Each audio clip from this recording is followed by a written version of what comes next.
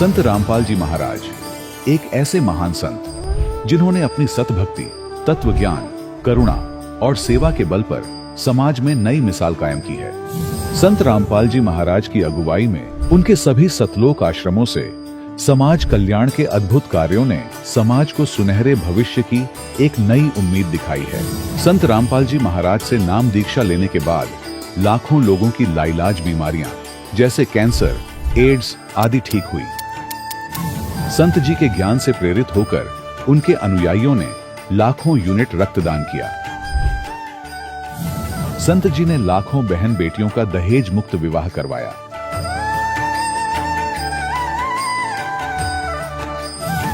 संत जी ने लाखों लोगों का नशा छुड़वाया, करोड़ों उजड़े परिवार बसे। संत जी के आश्रमों में समागम के दौरान निःशुल्क नेत्र चिकित्सा, दंत चिकित्सा प्रदान की जाती है। संत रामपाल जी महाराज द्वारा समय समय पर पर्यावरण संरक्षण के उद्देश्य से बड़े स्तर पर वृक्षारोपण किया जाता है। संत जी ने जरूरतमंदों को तत्काल राहत पहुंचाने के लिए एम्बुलेंस सेवा शुरू की। संत जी अपने अनुयायियों को देहदान के लिए प्रेरित करते हैं, जिससे मानवता की सेवा और चिकित्सा क्षेत्र में सुधार हो सके। संत रामपाल जी महाराज के सभी आश्रमों में हर रोज निःशुल्क भंडारा आयोजित किया जाता है, जहां हर वर्ग, हर जाति और हर धर्म के लोग एक साथ बैठकर भोजन करते हैं।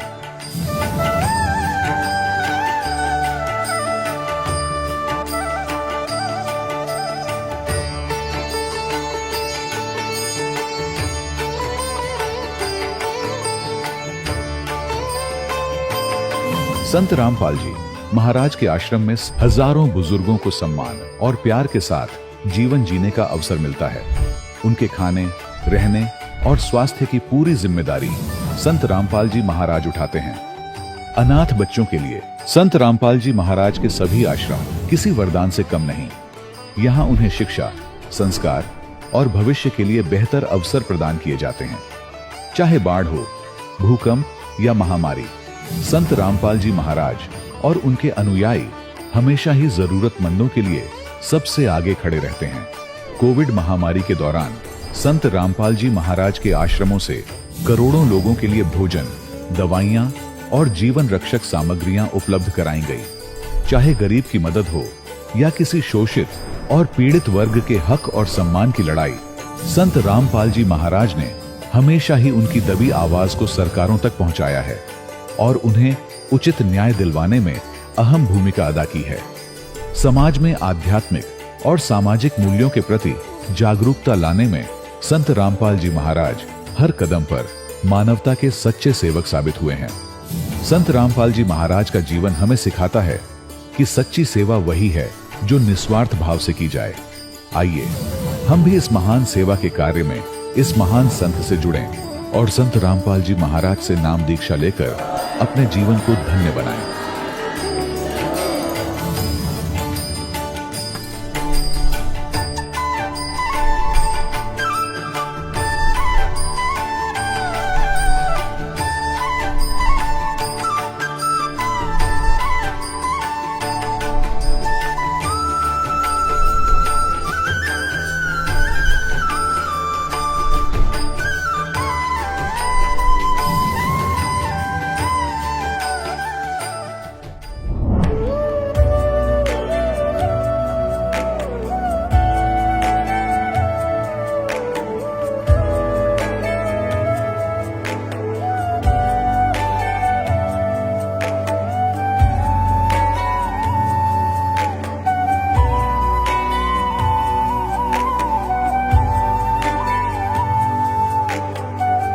गीता में अर्जुन को स्वयं भगवान कह रहे हैं कि उस परमेश्वर की शरण में जा, उसके लिए उन संतों के पास जा जो तत्वदर्शी हो। इसी प्रकार हजरत मोहम्मद को उनका अल्लाह कह रहा है कि कोई और पूर्ण परमात्मा है। उसको पाने के लिए उन तत्वदर्शी संत की तलाश कर। वो प्रभु कौन है, ये जानने के लिए कृपया अवश्य सुनिए जगत गुरु तत्वदर्शी संत रामपाल जी महाराज के अमृत वचन। सत साहिब दर्शकों, कोलकाता की सरस्वती दासी जी की ये कहानी उनके जीवन में आई चमत्कारिक परिवर्तनों की है। सरस्वती जी ईसाई धर्म में पली बढ़ी थीं और बाद में हिंदू देवी देवताओं की भी पूजा करने लगीं। लेकिन भक्ति और पूजा के बावजूद इनके जीवन में दुखों का अंबार लगा रहा। इनका बेटा ब्रह्मा कुमारी की भक्ति करते करते मानसिक रूप से विक्षिप्त हो गया और सरस्वती जी को भी टीबी जैसी गंभीर बीमारी ने घेर लिया था। सरस्वती जी की जिंदगी में बदलाव तब आया जब इन्होंने एक पत्रिका में संत रामपाल जी महाराज के बारे में पढ़ा। इसके बाद इन्होंने संत रामपाल जी महाराज से नाम दीक्षा लेने का निर्णय लिया। संत रामपाल जी महाराज की शरण में आने के बाद इनका जीवन पूरी तरह बदल गया। इनका बेटा जो पागल हो गया था, संत रामपाल जी महाराज की कृपा से ठीक हो गया और अब वह कंप्यूटर इंजीनियरिंग पूरी करके एक अच्छी नौकरी कर रहा है। आखिर इसके पीछे की सच्चाई क्या है? आइए अब सुनते हैं सरस्वती जी की कहानी, उनकी अपनी जुबानी। नमस्कार जी। नमस्कार। क्या नाम है बहन जी आपका? सरस्वती दासी। बहन जी आप कहाँ के रहने वाले हैं? हम कलकत्ता की हूँ, नदिया जिला। बहन जी संत रामपाल जी महाराज से नाम दीक्षा आपने कब ली? 2012 27 जुलाई को। संत रामपाल जी महाराज से नाम दीक्षा लेने से पहले क्या आप कोई भक्ति साधना करते थे? हम बचपन से है ना क्रिश्चियन धर्म को ही जानती हूँ और क्रिश्चियन धर्म ही मानती हूँ। और फिर जब क्लास 4 में पढ़ी, जब गांव में आई तो पता चला जे हम हिंदू हूँ तो हिंदू का देव देवी होते हैं। तो फिर हम हिंदू लोग का भी भक्ति करने लगती और हमारा क्रिश्चियन धर्म का भी प्रार्थना जो हम लोग बोर्डिंग में सीखी हूँ वो हम करने लगी थी। तो ऐसा हमारा चलती रहा। तो चलते चलते फिर बहुत देव देवी को भी हम देखने लगी और फिर वो लोग का आशीर्वाद भी हमको मिला। हमको माँ सरस्वती का भी आशीर्वाद मिला और देवी देवता भी हमको आने लगा 2010 में। और 2010 में हमको ये भी पता चला जो कि कोई जगह में धरती के ऊपर कोई अवतार लिया। क्यों, ये कैसे पता चला? जैसे सोचिए ऊपर से फूल बारिश हो रहा है तो हम लोग जानता है जो कोई धरती पर जब कोई जन्म लेता है, जो कोई अवतार आते हैं तो उस टाइम फूल ही बरसता है, देवता लोग फूल बरसता है। बस इतना ही हमारा ज्ञान था। हमको तो हिंदू धर्म का उतना भी ज्ञान नहीं था क्योंकि हम क्रिश्चियन धर्म में ज़्यादा जानती हूँ। और इसीलिए फिर हम सोचा जे कहीं तो जन्म लिया, तो हम सोचा यीशु ख्रिस्ट ही कहीं जन्म लिया होगा। क्या पता हमारा भारत में लिया है, क्या विदेश में कोई बेथलेहम या जेरूसलम में लिया, ऐसा कुछ सोचने लगी थी।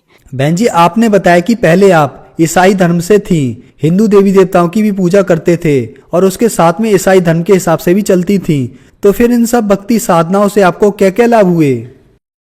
भक्ति तो किया है, अपना प्राण मन से किया है। हम जितना हमको पता है जो ईश्वर बल के कुछ है, लेकिन कभी भी हमको पता नहीं है जो ईश्वर होता क्या है। जब हम क्रिश्चियन धर्म में थी तो एक चित्रों में जैसा हम लोग को बताती है जो कि अगर आप अच्छा काम करेगा तो आपको स्वर्ग मिलेगा, अगर बुरा काम पाप करेगा तो नरक मिलेगा। वैसे इतना ही हमको पता था।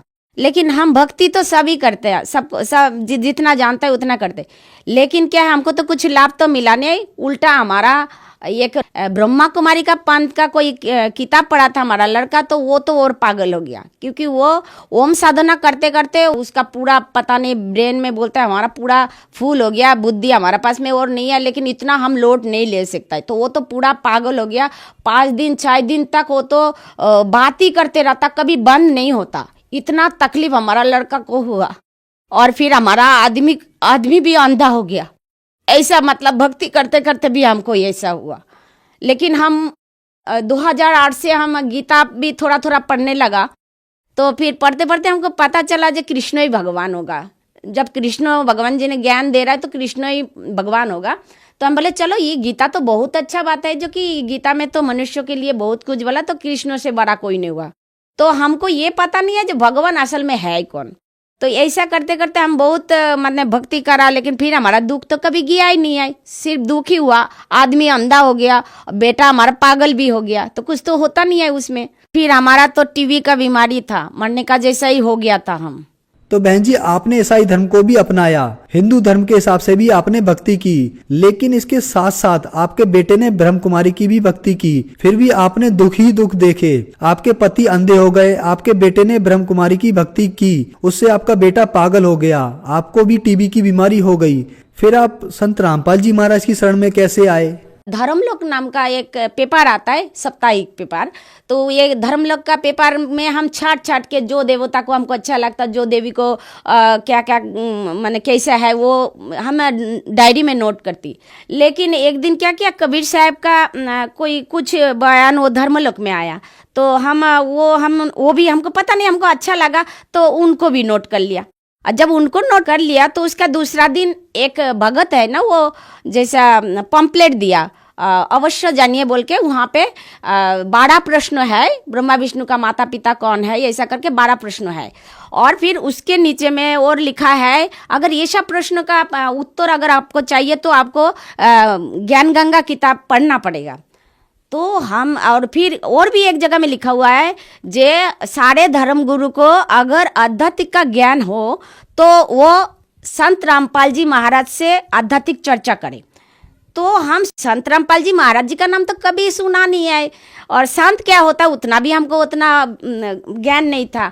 तो हम बोले जो भी हो, लेकिन ये जो ज्ञान का कंपटीशन तो इंसान नहीं दे सकता है। हम लोग जानते हैं, हम बंगाली होते हुए हम जानते हैं जो ईश्वर चंद्र विद्यासागर नाम है, जो विद्या का सागर है। लेकिन ये जो ज्ञान गंगा का आध्यात्मिक चर्चा के लिए जो बोल रहा है, जो अगर आपके पास में आध्यात्मिक ज्ञान हो तो आप लोग हमारा साथ में चर्चा करें। अगर आपको आध्यात्मिक मार्ग का ज्ञान नहीं हो तो आप समझो आप हार गया और आपका पास में कोई नॉलेज नहीं है। तो हम सोचता है आज तक धरती पे किसी ने ऐसा नहीं बोला जे हमारा पास में ज्ञान है, तुम लोग चर्चा करने आओ। तो हम सोचा तो ये तो कोई इंसान तो है ही नहीं, ज्ञान का चर्चा करना, वो भी कंपटीशन। ज्ञान में ज्ञान का तो भंडार होता है, क्योंकि कितना ज्ञान है, कितना किताब है, इतना किताब इतना ज्ञान कैसे वो चैलेंज कर सकता है। तो हमारा मन में उत्सुक हुआ ये किताब हमको चाहिए। तो ये जो किताब का दाम 2000 होगा, हम मन में सोचा कि 2000 ही होगा। फिर बाद में बोलता है चलो 2000 तो होगा तो कोई बात नहीं है, अगर इसका कीमत जो ये ज्ञान गंगा किताब अगर 5000 में भी हमको मिल जाए तो वो भी हम इसको लेगा, लेकिन 5000 से ज़्यादा होगा तो हमको थोड़ा कष्ट होगा। बस यही सोच के हम फ़ोन किया।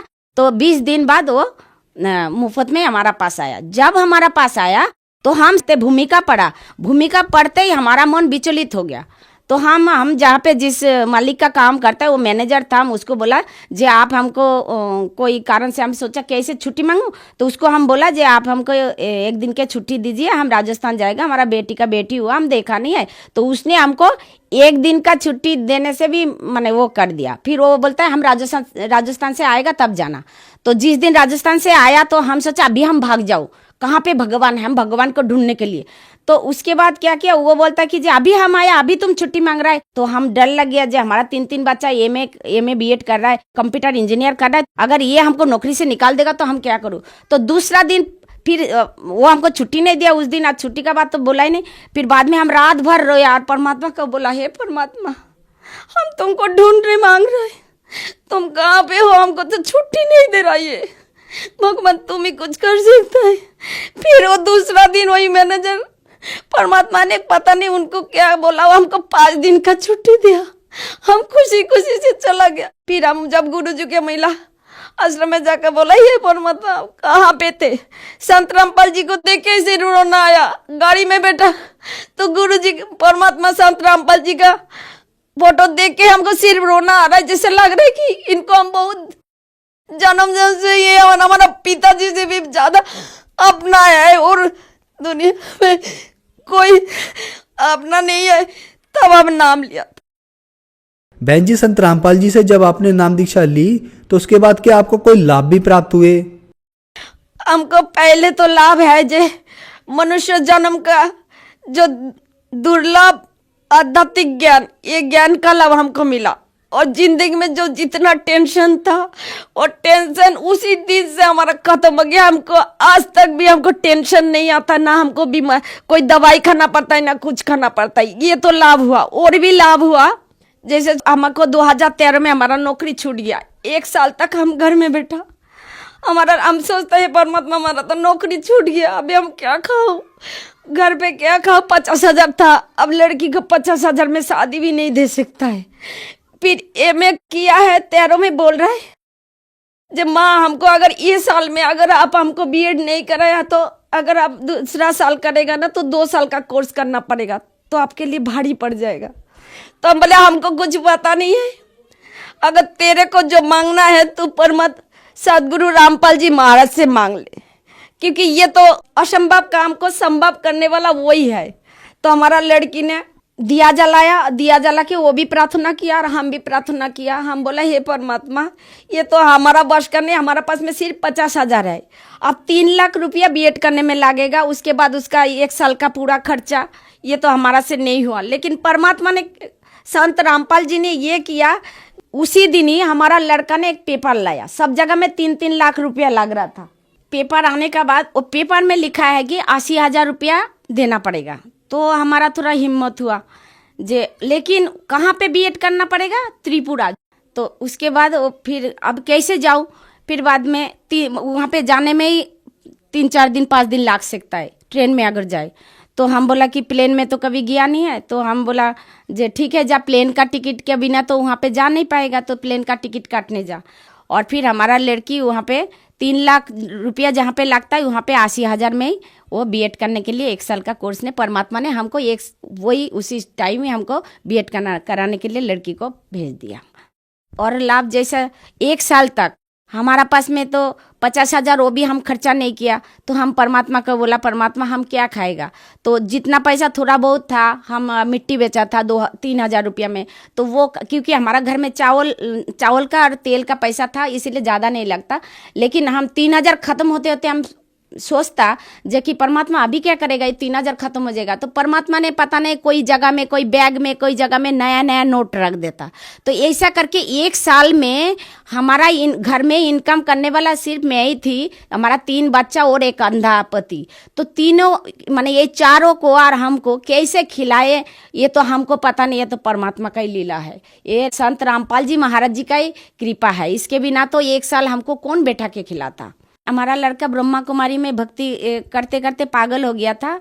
जब संत रामपाल जी महाराज से नाम लिया तो वो ठीक भी हो गया, और अभी वो कंप्यूटर कंप्लीट करके अभी वो भक्ति भी कर रहा है और मैनेजर पोस्ट में उसको नौकरी भी मिल गया। बहन जी, संत रामपाल जी महाराज से नाम दीक्षा लेने के बाद आपको बहुत से लाभ प्राप्त हुए, तो जो जन समुदाय आपको देख रहा है आप उन्हें क्या संदेश देना चाहेंगी? संदेश क्या दो, संदेश तो परमात्मा ही देंगे।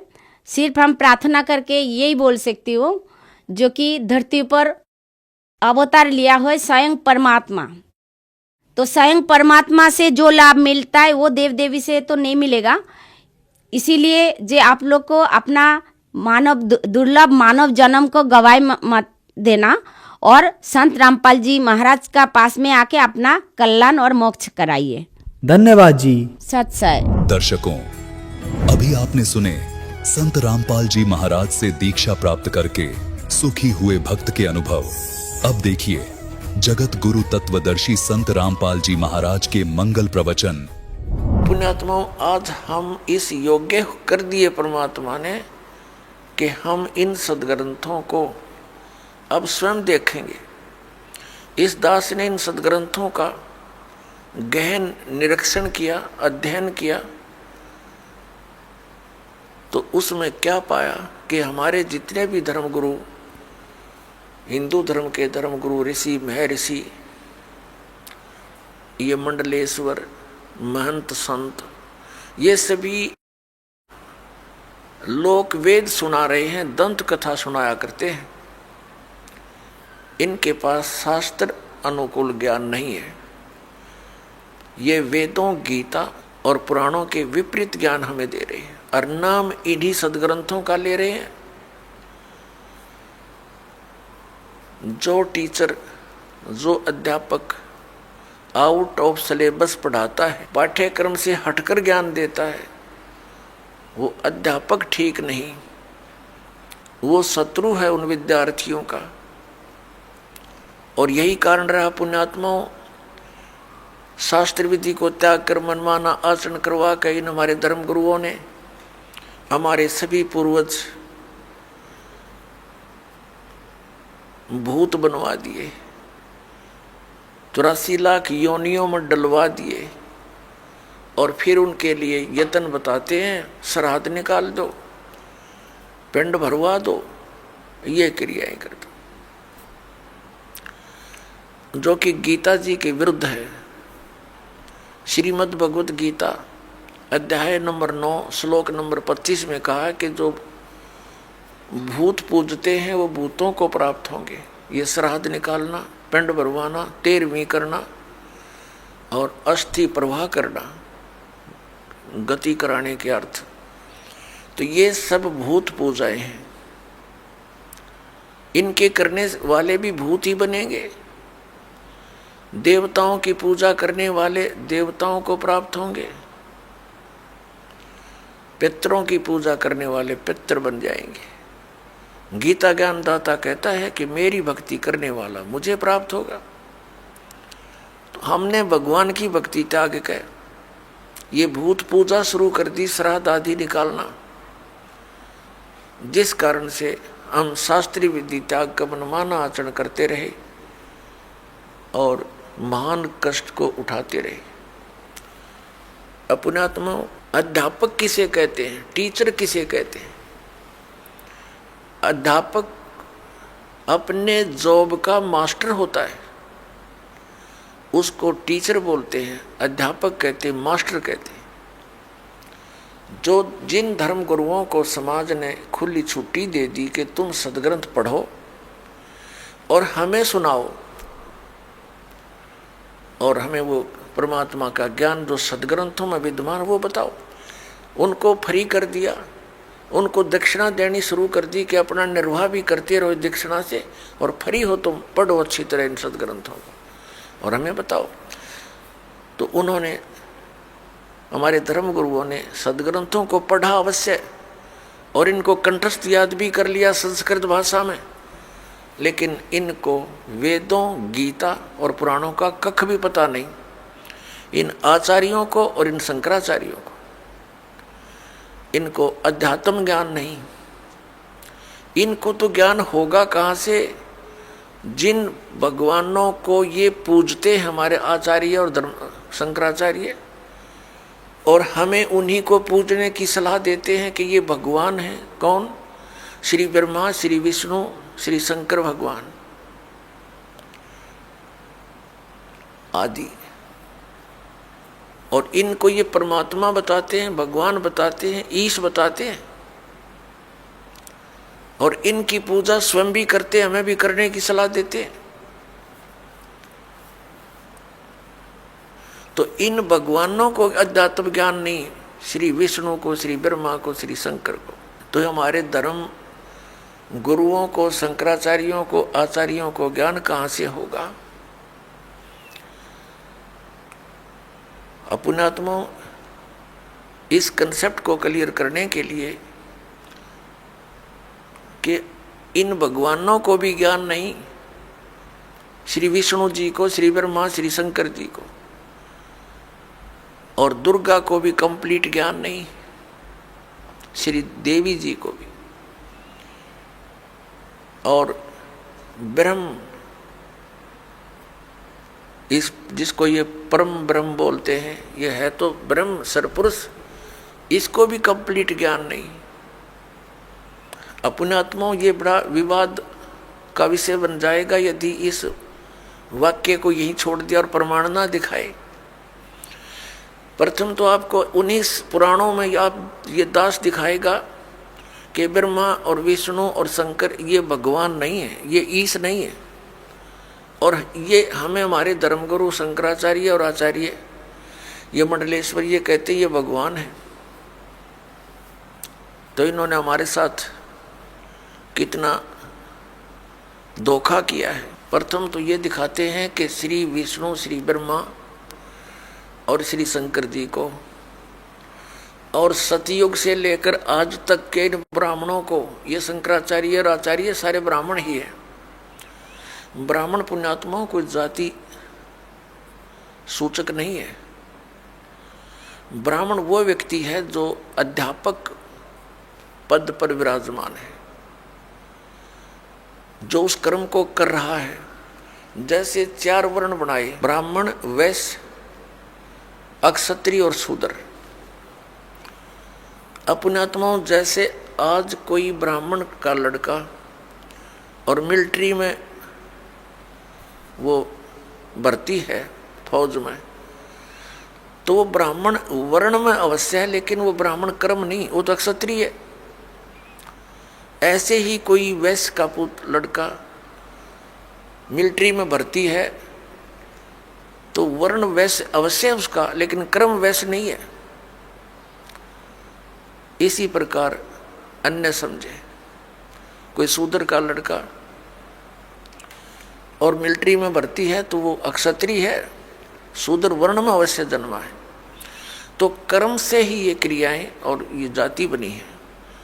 तो जो धर्म गुरु हैं वही ब्राह्मण कहलाते हैं, चाहे वो किसी मजहब जाति का हो। मेरे पूज्य गुरुदेव जी ब्राह्मण वर्ण में जन्मे थे, लेकिन वो अपने आप को ब्राह्मण नहीं कहते थे। हरियाणा के अंदर जिला भिवानी और चरखी दादरी के पास एक बड़ा पैतावास गांव है, वहाँ से ब्राह्मण वर्ण में जन्मे थे। और हमारे दादा गुरुजी से उनकी भेंट होगी, वो उनसे प्रेरणा पाकर घर त्याग कर चले गए। और वो अपने आप को संत कहते थे, ब्राह्मण नहीं। और मेरे दादा गुरुजी जाट थे, गांव छावला के, दिल्ली में। और वो जाट होते हुए ब्राह्मण कहलाए, पंडित कहलाए, क्योंकि वो काशी विद्यापीठ से पढ़कर 4 विषय के आचार्य बन गए थे। गांव गोपालपुर, खरखोदा के पास, जिला सोनीपत में एक छोटा सा गांव है गोपालपुर। उसके अंदर आश्रम बना हुआ हमारे दादा गुरु जी का, उस पर लिखा है पंडित चिदानंद जी आश्रम। जाट होते हुए पंडित जी कहलागे, वो गुरु थे, ब्राह्मण बन गए। ब्राह्मण कर्म था उनका।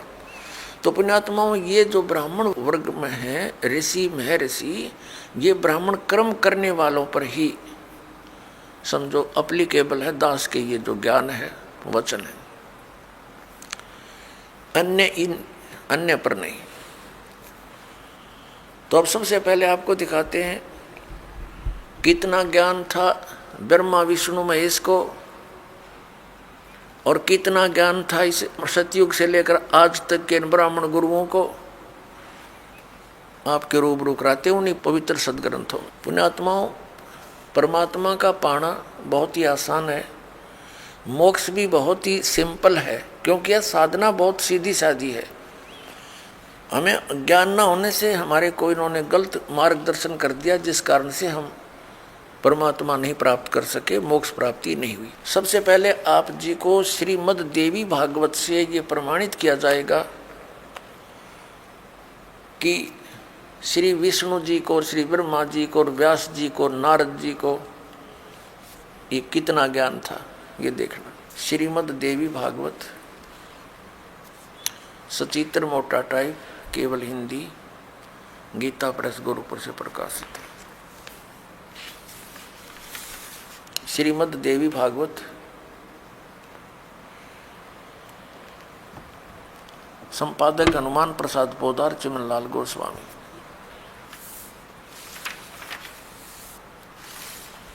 प्रकाशक एवं मुद्रक हैं गीता प्रेस गोरखपुर, गोविंद भवन कार्यालय कोलकाता का संस्थान।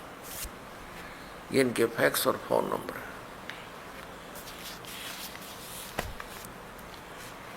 ये देखिएगा 28 नंबर पृष्ठ पे, ये पहला स्कंद है, संक्षिप्त देवी भागवत पहला स्कंद। नारद जी ने कहा, ये नारद जी और व्यास जी की गोष्ठी हो रही है। नारद जी ने कहा, व्यास जी तुम इस विषय में जो पूछ रहे हो ठीक यही प्रश्न मेरे पिताजी ने भगवान श्री हरि से किया था। देवा अधिदेव भगवान जगत के स्वामी हैं, लक्ष्मी जी उनकी सेवा में उपस्थित रहती हैं, दिव्य कौस्तुमणि उनकी शोभा बढ़ाती है। वे शंख चक्र गदा लिए रहते हैं, पीताम्बर धारण करते हैं, 4 भुजाएं। वे चराचर जगत के आश्रयदाता हैं, जगत गुरु एवं देवताओं के भी देवता हैं। ऐसे जगत प्रभु भगवान श्री हरि महान तप कर रहे थे, उनकी समाधि लगी थी। यह देखकर मेरे पिता ब्रह्मा जी को बड़ा आश्चर्य हुआ। अतः उन्होंने उनसे जानने की इच्छा प्रकट की। ब्रह्मा जी ने पूछा, प्रभु आप देवताओं के अध्यक्ष, जगत के स्वामी और भूत भविष्य एवं वर्तमान सभी जीवों के एकमात्र शासक हैं। भगवान फिर आप क्यों तपस्या कर रहे हैं और किस देवता की आराधना में ध्यान मगन है? मुझे असीम आश्चर्य तो यह हो रहा है कि आप देवेश्वर एवं सारे संसार के शासक होते हुए भी समाधि लगाए बैठे हैं। ब्रह्मा जी के विनीत वचन सुनकर भगवान श्री हरि यानी विष्णु जी कहने लगे। अब हम 29 पृष्ठ पर आ गए। पहला सकल। श्री हरि ने उनसे कहने लगे, ब्रह्मन सावधान होकर सुनो। विष्णु जी बताने लगे ब्रह्मा जी को, मैं अपने मन का विचार व्यक्त करता हूं। देवता दानव मानव सब यही जानते हैं कि तुम सृष्टि करते हो, मैं पालन करता हूं और शंकर संहार किया करते हैं। किंतु फिर भी वेद के पारगामी पुरुष अपनी युक्ति से यह सिद्ध करते हैं कि रचने पालने और संहार करने की यह योग्यता जो हमें मिली है, इसकी अधिष्ठात्री शक्ति देवी हैं। वे कहते हैं कि संसार की सृष्टि करने के लिए तुम में राजसी शक्ति का संचार हुआ है, मुझे सात्विक शक्ति मिली है और रुद्र में तामसी शक्ति का आविर्भाव हुआ है। उस शक्ति के अभाव में तुम इस संसार की सृष्टि नहीं कर सकते, मैं पालन करने में सफल नहीं हो सकता और रुद्र से संहार कार्य होना भी संभव नहीं। ब्रह्मा जी हम सभी उस शक्ति के सहारे यानी दुर्गा के सारे ही अपने कार्य में सदा सफल होते। सुवर्त प्रत्यक्ष और परोक्ष दोनों उदाहरण में तुम्हारे सामने रखता हूँ, सुनो। यह निश्चित है कि उस शक्ति के अधीन होकर ही मैं इस शेष नाग की सैया पर सोता और सृष्टि करने का अवसर आते ही जाग जाता हूँ। मैं सदा तप करने में लगा रहता हूँ, उस शक्ति के शासन से कभी मुक्त नहीं रह सकता। मैं सदा तप करने में लगा रहता हूँ, ये ध्यान रखना। उस शक्ति के शासन से कभी मुक्त नहीं रह सकता। कभी अवसर मिला तो लक्ष्मी के साथ सुखपूर्वक समय बिताने का सौभाग्य प्राप्त होता है। मैं कभी तो दानवों के साथ राक्षसों के साथ युद्ध करता हूँ। अखिल जगत को भय पहुंचाने वाले दैत्यों के विकराल शरीरों को शांत करना मेरा परम कर्तव्य हो जाता है। और यहाँ कमाल कर दिया विष्णु जी ने अपने अध्यात्म ज्ञान का। मुझे सब प्रकार से शक्ति यानी दुर्गा जी के अधीन होकर रहना पड़ता है। उन्हीं भगवती शक्ति का मैं निरंतर ध्यान किया करता हूँ। ब्रह्मा जी मेरी जानकारी में इन भगवती शक्ति से बढ़कर दूसरे कोई देवता नहीं। अब ये है श्री विष्णु जी के आध्यात्मिक ज्ञान का निष्कर्ष। श्री विष्णु जी कह रहे हैं कि मैं दुर्गा से, श्री दुर्गा जी से ऊपर किसी भगवान से परिचित नहीं हूँ। मेरे अध्यात्म ज्ञान में ये सबसे बड़ी देवता भगवान है। अपना तो आपने इसी लेख में पढ़ा, श्री नारद जी विचलित, श्री व्यास जी विचलित। ब्रह्मा जी के ज्ञान को इन्होंने बताया ही है कि ब्रह्मा जी विष्णु जी को जगत गुरु, देवेश्वर, सारे संसार के पालन करता, उत्पत्ति करता, सब कुछ बता रहे हैं। और ये क्या निष्कर्ष दे रहे हैं विष्णु जी कि मैं तो दुर्गा के अधीन हूँ और घोर तप करता हूँ। ये तप करके क्या करते हैं, बैटरी चार्ज कर लेते हैं, फिर राक्षसों के साथ लड़ते हैं, फिर इनकी बैटरी डिस्चार्ज हो जाती है, सिद्धियों से लड़ते हैं और फिर ऐसे चार्ज करते हैं। अब विष्णु जी ने तो बता दिया कि दुर्गा से ऊपर मैं किसी को नहीं जानता, मैं दुर्गा की भक्ति करता हूं। और हमारे धर्म गुरुओं से जब कोई प्रश्न किया जाता था कि श्री ब्रह्मा, श्री विष्णु, श्री शिव जी ये किसकी भक्ति करते हैं, ये कहा करते थे, कुछ तो कहते थे कि अपने स्वरूप का ध्यान करते हैं। कोई कहता था कि शंकर भगवान श्री राम की पूजा करता है और श्री राम शंकर जी की पूजा करता है, और कोई कहता कि नहीं ये किसकी पूजा करते हैं, ये तो स्वयं है। अब आपके समक्ष है कि श्री विष्णु जी दुर्गा जी की पूजा कर रहे हैं और इनको सुप्रीम पावर बता रहे हैं, सुप्रीम गॉड, सबसे बड़े भगवान देवता। अब दुर्गा जी क्या बताती है, इसके भी दो वचन सुनते हैं। ये देखिएगा 7वां स्कंद संक्षिप्त देवी भागवत 562 पृष्ठ पे। यहाँ देवी के द्वारा हिमालय को ज्ञानोपदेश ब्रह्म स्वरूप का वर्णन। श्री देवी जी कहने लगी, पर्वतराज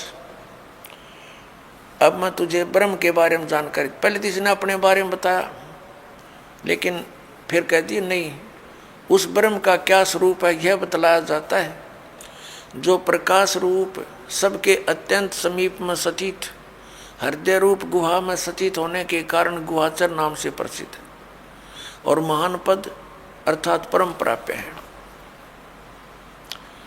वह समस्त प्रजा के ज्ञान से परे है, अर्थात किसी की बुद्धि में आने वाला नहीं है, यह तुम जानो। जो परम प्रकाश रूप है, जो सूक्ष्म से भी अत्यंत सूक्ष्म है, जिसमें संपूर्ण लोक और उन लोकों में निवास करने वाले प्राणी स्थित है, वही यह अक्षर ब्रह्म है, वही सबके प्राण है, वही सबकी वाणी है और वही सबका मन है।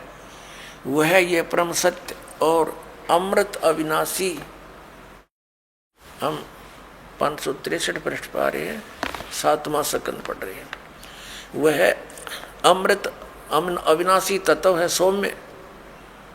देवी जी कह रही हैं, उस वेदने योग्य लक्ष्य का तुम वेदन करो, मन लगाकर उसमें तन्मय हो जाओ।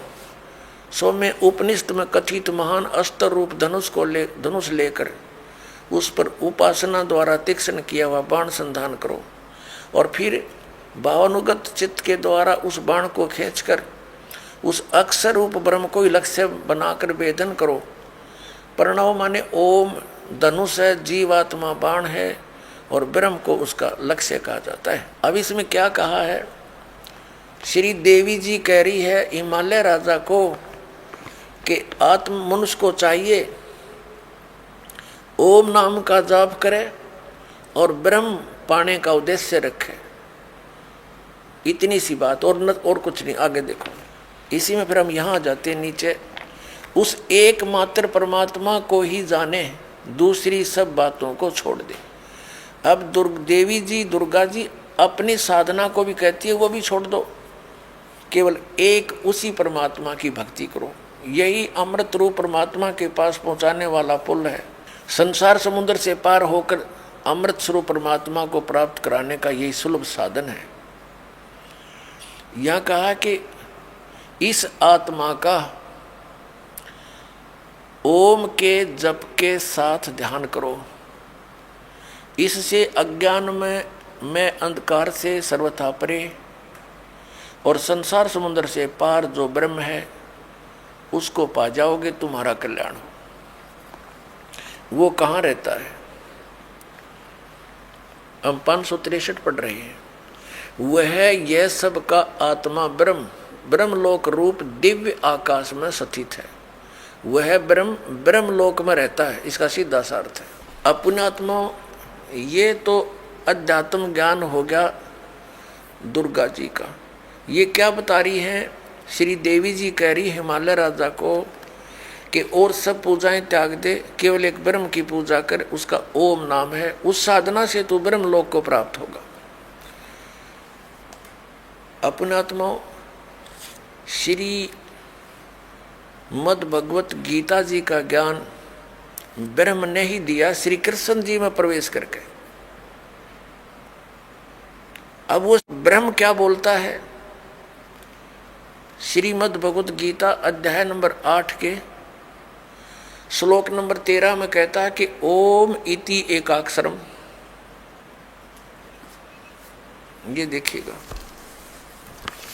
आपको इन सदग्रंथों से रूबरू करेंगे तभी आपको विश्वास होगा इस दास की बातों पर। यह है श्रीमद् भगवत गीता, जयदयाल गोविंद का इसके अनुवादक हैं, गीता प्रेस गोरखपुर से प्रकाशित है।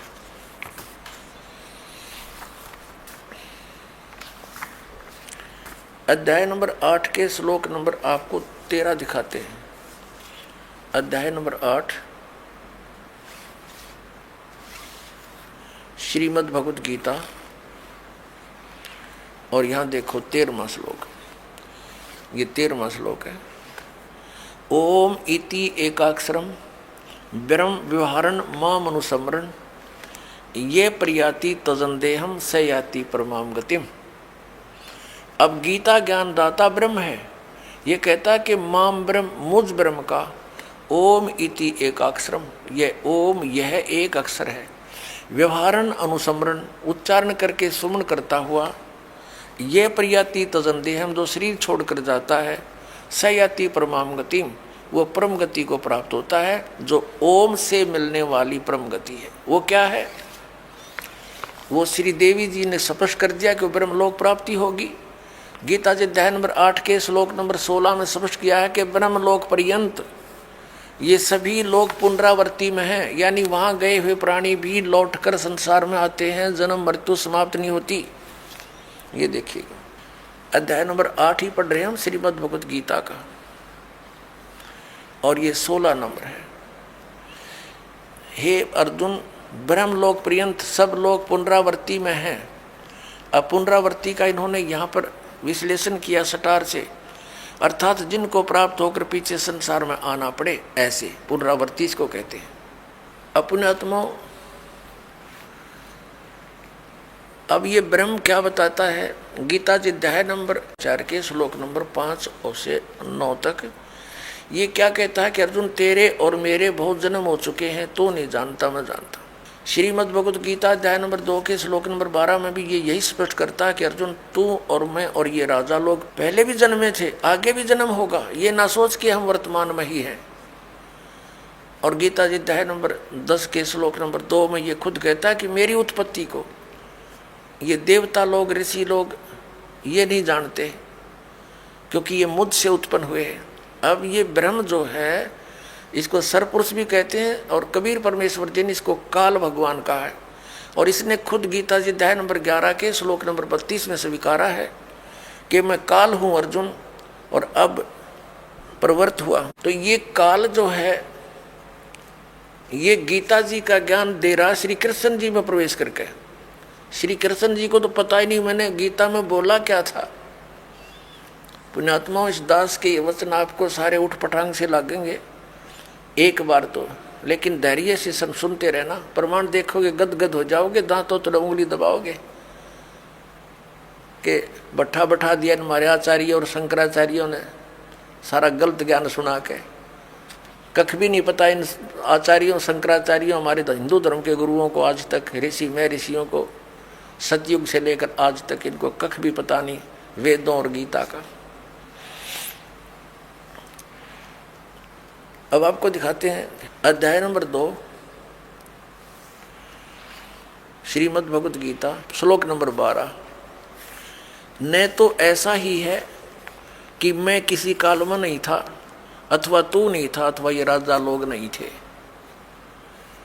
और न ऐसा ही है कि इससे आगे हम सब नहीं रहेंगे। आगे देखो, ये है गीता अध्याय नंबर 4 और श्लोक नंबर ये 5 है। यहाँ से इसका अनुवाद इन्होंने यहाँ किया है। हे परंतम अर्जुन, मेरे और तेरे बहुत से जन्म हो चुके हैं, उन सबको तू नहीं जानता, मैं जानता हूं। फिर यहाँ 9वें में क्या कहा कि ये 9वां श्लोक है 4थे अध्याय का। हे अर्जुन, मेरे जन्म और कर्म दिव्य अर्थात अलौकिक हैं। अब यहाँ क्या बताया है अध्याय नंबर 2 के अध्याय नंबर 2 के श्लोक नंबर 17 में कहा कि अर्जुन, नाश रही तो उसको जान जिससे संपूर्ण जगत व्याप्त है। इस अविनाशी का विनाश करने में कोई भी समर्थ नहीं है। यानी गीता ज्ञान दाता से अन्य है कोई जो वास्तव में अविनाशी है। गीता जी अध्याय नंबर 15 के श्लोक नंबर 1 से 4 और 16-17 में इन 3 प्रभुओं की जानकारी है, 3 पुरुषों की। अब पहले आपको अध्याय नंबर 10 का श्लोक नंबर 2 दिखाते हैं। ये देखिएगा, श्रीमद् भगवद गीता अध्याय 10 और श्लोक 2 में, मेरी उत्पत्ति को, ये जो भी ये लिखते हैं प्रभाव माने उत्पत्ति को, न देवता लोग जानते हैं न मैं ऋषिजन ही जानते हैं, क्योंकि मैं सब प्रकार से देवताओं का और मैं ऋषियों का आदि कारण हूँ। अब ये क्या स्पष्ट हो गया कि गीता ज्ञान दाता ये ब्रह्म है, सरपुरुष है। श्री कृष्ण जी में प्रवेश करके ये बोल रहा है, ये कहता है मेरा जन्म तो हुआ है, उत्पत्ति तो हुई है, लेकिन ये ब्रह्मा विष्णु महेश और ये ऋषि नहीं जानते, क्योंकि ये इससे ही उत्पन्न हुए हैं। ये इसकी संतान है। ब्रह्मा विष्णु महेश इस ब्रह्म के पुत्र हैं और दुर्गा इन ब्रह्मा विष्णु महेश जी की माता है, श्री दुर्गा जी। अब गीता ज्ञान दाता ने, ब्रह्म ने स्पष्ट कर दिया कि मैं नाशवान हूँ, मेरी तो जन्म मृत्यु होती है, तो इसके साधक की भी जन्म मृत्यु होगी, क्योंकि ब्रह्मलोक में जाएगा और ब्रह्मलोक में गया हुआ प्राणी फिर जन्म मृत्यु में आता है। श्रीमद् भगवद गीता अध्याय नंबर 15 के श्लोक नंबर 1 से 4 और 16-17 में 3 पुरुष बताए हैं। उल्टा लटका हुआ संसार रूपी वृक्ष है, इसकी ऊपर को तो जड़ समझो, नीचे को 3 गुण रूपी शाखा। अब गीता ज्ञान दाता ने केवल इतनी ही संकेत किया है, ऊपर को जड़ है संसार रूपी वृक्ष की और नीचे को 3 गुण रूपी शाखा है। बस शेष के लिए बता दिया कि वो तत्वदर्शी संत बताएगा। गीता जी अध्याय नंबर 4 के श्लोक नंबर 34 में जिसके विषय में कहा है, और फिर उसकी पहचान बताई है गीता जी अध्याय नंबर 15 के श्लोक नंबर 1 में, कि इस उल्टे लटके हुए संसार रूपी वृक्ष के सभी विभागों को जो जानता है स वेदविद, वो तत्वदर्शी संत है। ये देखिएगा 15वां अध्याय है श्रीमद् भगवद गीता का और प्रथम श्लोक है।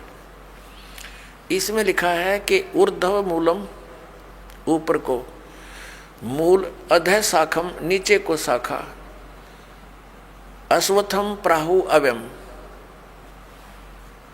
ये पीपल का, संसार रूपी पीपल का वृक्ष अविनाशी कहा है। छंदासी यस्य प्रणानी, इसके पत्ते आदि शाखा आदि सभी इसके छंद हैं, विभाग हैं। ये तम वेद, जो उन सभी विभागों को जानता है, स वेदवित, वो वेद के तात्पर्य से को जानने वाला है, वो तत्वदर्शी संत है। इनका अनुवाद पढ़िए। आदि पुरुष परमेश्वर रूप मूल वाले, यानी संसार रूपी वृक्ष। पहले आप जी ये देखेंगे, ये संसार रूपी वृक्ष है। ऊर्ध्व मूलम, ऊपर को तो जड़ है और नीचे को ये शाखा है। ये एक संसार रूपी वृक्ष है, ये एक संसार रूपी वृक्ष जानो। अब ऊर्ध्व मूलम अधः शाखम, और जो संत इसके सभी विभागों को बता देगा वह तत्वदर्शी संत है। परमेश्वर ने 600 वर्ष पहले बताया था। अब समझो ये पेड़ है जो पृथ्वी से बाहर नजर आता है, इसको पेड़ बोलते हैं। तो परमात्मा कबीर जी स्वयं तत्वदर्शी संत की भूमिका करने आते हैं, सहशरीर आते हैं, जैसा कि वेदों में प्रमाण है। वो अपना ज्ञान उपदेश करते हैं। कबीर अक्षर पुरुष एक पेड़ है, निरंजन यानी सरपुरुष वा की डार, और तीनों देवा शाखा हैं, ये पात रूप संसार। और जड़ें गुप्त हैं, वो प्रोक्ष है। ये देखिएगा। अब यहाँ क्या बताया, अक्षर पुरुष एक पेड़ है। ये तो समझो अक्षर पुरुष तना तो इस संसार रूपी वृक्ष का, इससे मोटी डार निकलती है, उनमें से एक मोटी डार ये सरपुरुष है, ये अक्षर पुरुष है, इसको परब्रह्म भी बोलते हैं, ये अक्षर पुरुष है इतना। और इससे ये डार निकली मोटी, ये सरपुरुष, ये ब्रह्म समझो, सरपुरुष ब्रह्म ज्योति निरंजन। और इसके ये 3 पुत्र हैं, रजगुण ब्रह्मा जी, सतगुण विष्णु जी, तमगुण शिव जी, और 5 रूप संसार। अब ये गुप्त है, ये परमात्मा स्वयं है। अब हम पढ़ेंगे श्रीमद् भगवत गीता अध्याय नंबर 15 के श्लोक नंबर 1 से 4 और 16, 17, इनमें कंसेप्ट क्लियर होगा। देखिएगा, ये 15वां अध्याय, ये आपने पढ़ लिया। प्रथम मंत्र, प्रथम श्लोक, ऊर्ध्व मूलम, जड़ तो ऊपर को, नीचे न शाखा। ये संसार रूपी पीपल का वृक्ष, अविनाशी वृक्ष समझो। छंदासी यस्य पर्णानि, यानी जड़ें, शाखा, पत्ते आदि इसके विभाग हैं। और ये तम वेद, जो उसको जानता है, स वेदविद। अभी आपने सुने संत रामपाल जी महाराज के मंगल प्रवचन। आइए अब सुनते हैं संत रामपाल जी महाराज से नाम दीक्षा लेकर सतभक्ति करके अद्भुत लाभ प्राप्त करने वाले अनुयायी के विचार। दर्शकों, भारतवर्ष जैसे विकासशील और शिक्षित देश में आज भी कुछ ऐसे क्रियाकलाप चरम सीमा पर है जिनसे लोगों को लाभ तो मिलता नहीं, लेकिन समय और धन की हानि बहुत ज्यादा हो जाती है। हम बात कर रहे झाड़ फूंक और तंत्र मंत्र आदि की। आज भी भारतवर्ष का बहुत बड़ा हिस्सा तंत्र विद्या में विश्वास रखता है, जिनमें कुछ पढ़े लिखे लोग भी शामिल हैं जो अपने दुख कष्ट को निवारण करवाने के उद्देश्य से इनके पास जाते हैं। उत्तर प्रदेश के जिला मुजफ्फरनगर के रहने वाले हरवीर शर्मा जी भी यही सब कर रहे थे। आपको बता दें, हरवीर शर्मा जी एक रिटायर्ड आर्मी ऑफिसर है और वर्तमान में बिजली विभाग में कार्यरत है। इनकी पत्नी बहुत बीमार थी, तो जिसके समाधान के उद्देश्य से इन्होंने झाड़ फूंक करने वालों के यहाँ बहुत चक्कर लगाए, लेकिन कोई लाभ नहीं मिला। थक हार के इन्होंने घर में ही कीर्तन करना शुरू कर दिया और कीर्तन करते करते ही इनके पास एक व्यक्ति का आना हुआ जिन्होंने इनकी जिंदगी को नई दिशा दी। वो व्यक्ति जगत गुरु तत्वदर्शी संत रामपाल जी महाराज जी का शिष्य था। उस व्यक्ति द्वारा इन्हें मिली गीता तेरा ज्ञान अमृत पुस्तक, जो कि संत रामपाल जी महाराज जी द्वारा लिखित है। ज्ञान समझकर संत रामपाल जी महाराज जी से नाम दीक्षा लेकर हरवीर जी को मनुष्य जीवन का मूल उद्देश्य पता चला। साथ ही इनकी पत्नी स्वस्थ हो गई, थायराइड की समस्या समाप्त हुई और घर की आर्थिक स्थिति में भी सुधार आया। अब आप स्वयं सुनिए गीता तेरा ज्ञान अमृत पुस्तक का चमत्कार, एक शिक्षित व्यक्ति का साक्षात्कार। नमस्कार सर। नमस्कार जी। सर क्या नाम है आपका? मेरा नाम हरवीर शर्मा है। हरवीर शर्मा जी, आप कहाँ से हैं? मैं उत्तर प्रदेश जिला मुजफ्फरनगर कस्बा शाहपुर का रहने वाला हूँ। हरवीर जी, संत रामपाल जी महाराज से नाम दीक्षा आपने कब ली? नाम दीक्षा तो मैंने 30 जुलाई 2017 को ली थी। संत रामपाल जी महाराज से नाम दीक्षा लेने से पहले क्या आप कोई भक्ति साधना भी करते थे? भक्ति साधना तो सर जी, हम जो हिंदू समाज में परंपरागत चला हुआ आ रहा है, जो हमारे पीढ़ी दर पीढ़ी चला आ रहा है, हम उसी की तरह करते थे हम भी। तो फिर क्या कारण बना कि आप संत रामपाल जी महाराज की शरण में आए? देखो जी, कारण उसका यह है, कारण बड़ा भी है, लेकिन कारण को मैं आपके सामने एक छोटे शब्दों में रखूँगा। मैं सन 2002 में मैं डिफेंस पर्सनल हूँ, आर्मी से मैं रिटायर हुआ हूँ, और 2002 में रिटायर होने के बाद फिर मैं बिजली विभाग में नौकरी करना शुरू किया था। तो जैसे 2002 में मैं आर्मी की सर्विस से रिटायर होकर का आया, तो भगतमती की मेरी तबीयत ठीक नहीं रहती थी, और जब तबीयत ठीक नहीं रहती तो मैंने डॉक्टरों को भी दिखाया और मैंने तांत्रिक मांत्रिकों को भी दिखाया, लेकिन कहीं भी बात नहीं बनी। जब कहीं भी बात नहीं बनी तो मैं एक अव्यवस्था पैदा हुई मेरे अंदर। अव्यवस्था पैदा हुई तो हमने क्या काम किया, घर के अंदर ही हमने एक कीर्तन प्रोग्राम का सिलसिला चालू किया। कीर्तन प्रोग्राम का जैसे सिलसिला चालू किया और वहाँ पर भक्तजन आने शुरू हो गए और कुछ स्ट्रेंथ बढ़ने शुरू हो गए, तो वहाँ उस स्ट्रेंथ में एक भगत जी आ गए हमारे पास। तो एक दिन उन्होंने हमारे को बताया, बोले भाई ये तो तुम सब गलत कार्रवाई कर रहे हो। अब हमने उनसे जानना चाहा कि सही क्या, तो तब उन्होंने हमारे को एक बुक दी थी गीता तेरा ज्ञान अमृत। गीता तेरा ज्ञान अमृत जो पढ़ी हमने बुक, सर जी आप यकीन करो हमारे पैरों के नीचे से मिट्टी निकल गई। और रात भर में, जिस दिन वह मुझे बुक मिली थी, तो मैंने रात भर उसको पढ़ा सुबह 4 बजे तक। सुबह 4 बजे तक जैसे पढ़ा, सुबह मैं कई बार तो रोया और कई बार मुझे बहुत दिक्कत हुई, बड़ा महसूस हुआ। फिर वो मैं पढ़ी, पूरा अच्छे ढंग से रिवीट किया, उसको अच्छे ढंग से रीड किया। पढ़ने के बाद मुझे जानकारी हुई कि यह तो मामला ही कुछ और है। तो सर जी वह बुक जैसे मैंने पढ़ ली, बुक का नाम था जी गीता तेरा ज्ञान अमृत। दृढ़ता बनी हमारे अंदर, बोले भाई सच्चा ज्ञान तो ये है। तो जी रामपाल जी महाराज का जो सत्संग चलता है मुजफ्फरनगर जिले के अंदर, वहाँ पे हमने नाम दीक्षा ली।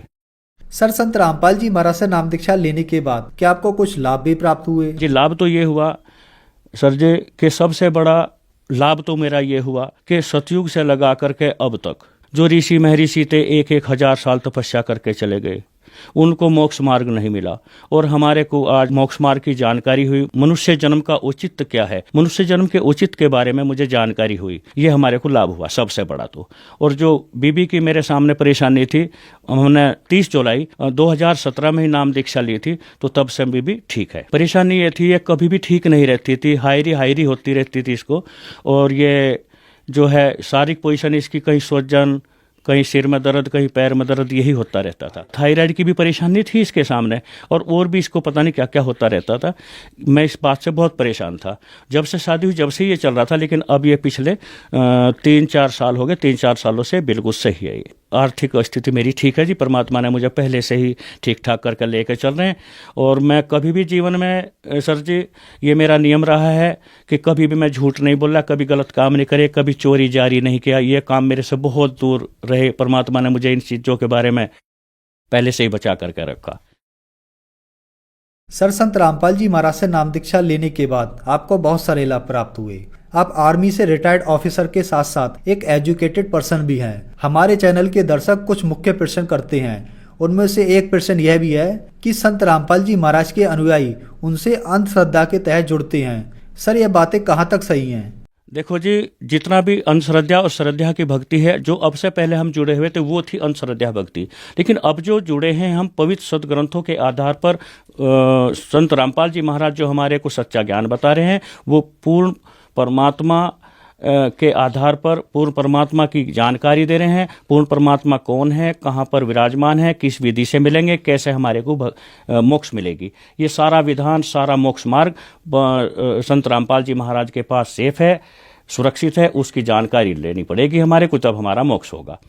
जैसे कि मृत्युलोक शब्द है, मृत्युलोक शब्द ये सिद्ध करता है कि कोई जगह ऐसी भी होगी, कोई लोक ऐसा भी होगा जहाँ पर मृत्यु नहीं होती। जैसा कि काला आदमी ये सिद्ध करता है सर जी कि गोरा आदमी भी होता है, और गोरा आदमी ये सिद्ध करता है कि कोई काला भी आदमी होता है। तो मृत्युलोक ये शब्द सिद्ध करता है। सर, आप आर्मी से रिटायर्ड ऑफिसर हैं और उसके साथ साथ आप एक ब्राह्मण समाज से भी बिलोंग करते हैं। संत रामपाल जी महाराज के बारे में अक्सर यह भी कहा जाता है कि संत रामपाल जी महाराज से अगर नाम दीक्षा लेनी है तो देवी देवताओं की पूजा छोड़नी पड़ेगी। सर, हम आपसे पूछना चाहते हैं, क्या यह बातें सही हैं? देखो सर जी, हमारे जो सतगुरु रामपाल जी महाराज हैं, वो देवी देवताओं की पूजा छुड़वाते नहीं। देवी देवताओं को सम्मान करना है। संत रामपाल जी महाराज देवी देवताओं की जो भक्ति है इनको छुड़वाते नहीं हैं, इनको और विधि विधान से पवित्र सदग्रंथों के आधार पर इनकी साधना करवाते हैं। और परमात्मा ही, हमारे पवित्र सदग्रंथों के अंदर प्रमाण है कि परमात्मा ही पूजनीय योग्य हैं। सर, संत रामपाल जी महाराज से नाम दीक्षा कैसे प्राप्त की जा सकती है? देखो जी, परमात्मा ने आजकल, संत रामपाल जी महाराज ने आजकल के दिनों में हर जिले के अंदर दीक्षा केंद्र खोले हुए हैं। दीक्षा केंद्र खोले हुए हैं और वहाँ पर जाए और नाम दीक्षा लें, निःशुल्क दीक्षा लें, फ्री में दीक्षा मिलती है और मोक्ष करवा में। धन्यवाद सर। सत साहिब।